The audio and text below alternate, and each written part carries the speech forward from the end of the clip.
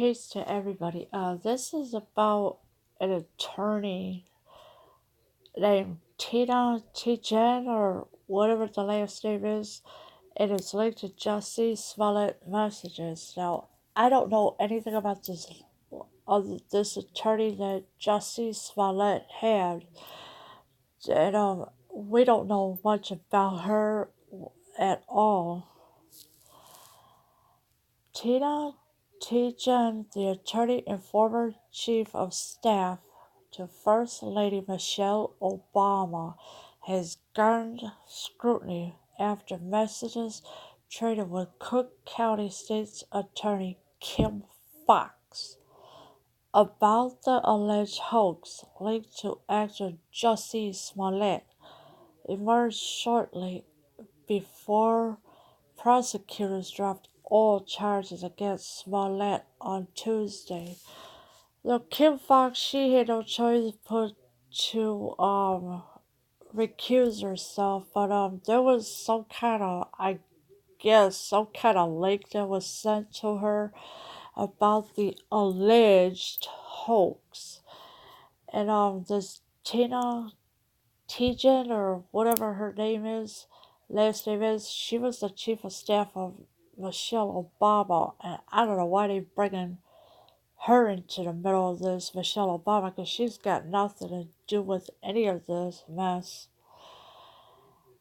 Tchen started practicing law in 1983 after she graduated from Northwestern University's Pritzker School of Law and currently leads the Chicago branch of Buckley LLC.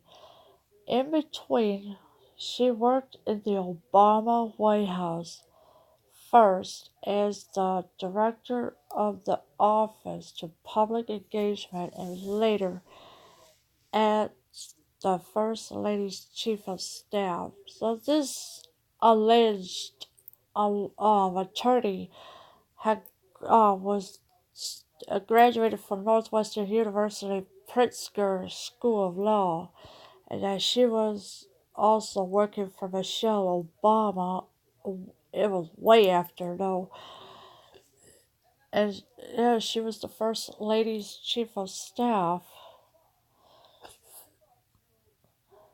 Given her comprehensive legal background, her influence on the investigation into the allegations of fraud against Jussie Smollett had raised eyebrows in the Windy City, so she had done some background investigations into the allegations of fraud against Jussie Smollett um, in the Windy City, so she was pretty much investigating everything just about. And of course, I don't know why Obama and these two ladies, well, the one is Tina Tchen, left with then President Obama and Valerie Jarrett at the White House in 2009. So Valerie's in the middle. Of course, you know Obama, who never did anything for our country except let foreigners come in and doing psychological operations on Americans.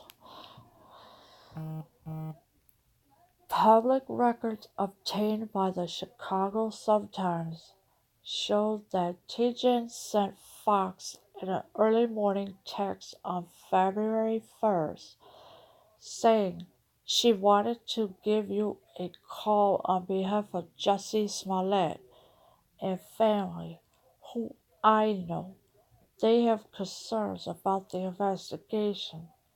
3 days earlier, Smollett had said two men attacked him on the way home. So 3 days later, these two brothers allegedly attacked Smollett while he was on his way home. And so TJ sent Fox an early morning text on February 1st. What it was about, we don't know what it was about because they're not gonna expose that part at all. So they just whatever the message was between them, I'm pretty sure it was nothing that important or whatever it was. Later that day, the Sun-Times reported that a relative of Smollett sent Fox a text, sparking a relationship that eventually led to Fox recusing herself from the investigation and prosecution. Fox also was shown to have emailed Tchen, spoke to Chicago Police Superintendent Eddie Johnson. I convinced him to reach out to FBI to ask that they take over the investigation. He is reaching out now and will get to me shortly. So there was a text message sparking relationship between whoever and whoever, and of course Eddie Johnson, the superintendent.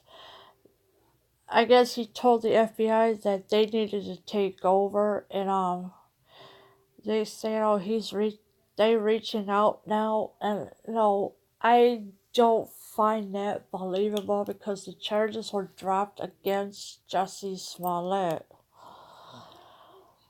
Prosecutors on Tuesday abruptly dropped all charges against Smollett after the Empire actor, accused of faking a racist, anti-gay attack on himself, agreed to do volunteer service and to let the city keep his $10,000 in bail, in a decision that sparked outrage among Johnson and Mayor Emanuel Rahm Emanuel, among others. The prosecutors gave no detailed explanation for why they abandoned the case only 5 weeks after filing the charges and threatening to pursue Smollett for the cost of a month-long investigation, adding that said they still believe Smollett concluded the assault. Oh, well, they're going to have a hard time trying to find that he faked all this. So, but the city was allowed to keep the $10,000 bail. Rahm Emanuel and Eddie Johnson, they're still big mad over this. They're just like, oh, why that we still don't believe him, that he's still lying. No. Apparently, the city of Chicago is a corrupt city, and they just do a lot of bad things there in the city of Chicago. And even though actor was accused of allegedly faking a racist anti-gay attack on himself, how can that be when you got two people that are coming at you, and then these fake police reports coming out and say, oh, well, he did this and did that. No, I don't think so. No. And then, of course, threatening to prove Smollett for the cost of a month-long investigation. Really? It would be kind of hard to do with those charges being dropped.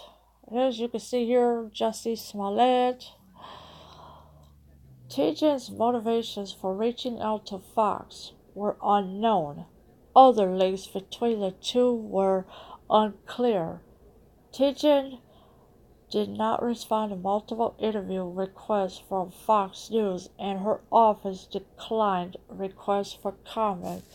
So this attorney was not available for any comments or any interview requests from Fox News, even though Fox News has been exposing all the lies that CNN has been telling and everything else. So eventually this attorney will eventually make some kind of statement.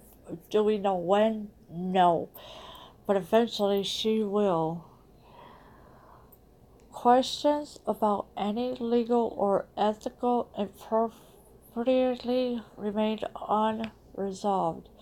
The Illinois Ethical Code for Attorneys states A lawyer shall not engage in conduct that is prejudicial to the administration of justice. So they're not. I guess they're not allowed to engage in anything about the questions or anything else.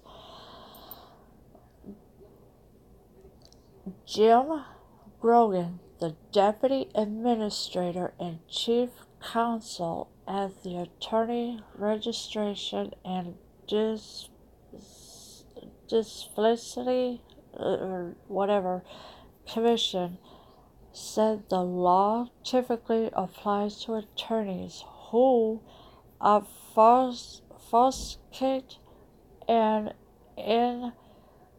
encumber the legal process by wasting the court's time.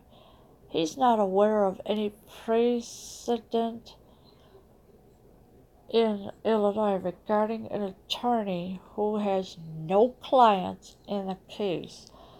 So I guess they were not aware about what was going on, especially Jussie Smollett was accused of all these things that are not true, and a disciplinary commission said the law typically applies to attorneys who obfuscate. I guess they were not allowed to take any questions or anything, and of course you can see here, here's Kim Fox on the right and Jussie Smollett on the left. It's unclear if Tchen was representing anyone in the Smollett family when she reached out to Fox. The fun thing about that rule is that it's so broadly written, Grogan said. You've got to say to yourself, what's my role as a lawyer being involved in all this? So it is very much unclear that if Tchen was representing anybody in the Smollett family, and Grogan is asking, what's my role as a lawyer being involved in all this? So you really got to think hard about what you're asking yourself. Tchen started her tenure in the White House in 2009 with an appointment to the Office of Public Engagement. Over the next 8 years, she would serve as assistant to the President, Chief of Staff for Michelle Obama, and Executive Director of the Council on Women and Girls. So this apparently the Obamas did not last long in the White House because they only had 8 years there. And this woman started in the White House in 2009. It was the Office of Public Engagement for Women and also a Council on Women and Girls. And as you can see here in the picture, this is Tina Tchen in February 2019. So I don't know why she's jumping to conclusions of anything. In September 2017, Tchen was made partner at Buckley LLC, where she heads the Chicago office and represents a slew of big-name clients. The firm's website described Tchen as a leading voice in the national conversation on fighting sexual harassment, gender equality, and discrimination. This lady's got a history of things of that what she does, and was partnered with Buckley LLC in 2017, and she's fighting sexual harassment, gender equality, and discrimination. And who knows what else she's eventually fighting for. Recently, the Southern Poverty Law Center selected Tchen to lead an investigation into workplace harassment and advise us on the workplace cultural issues.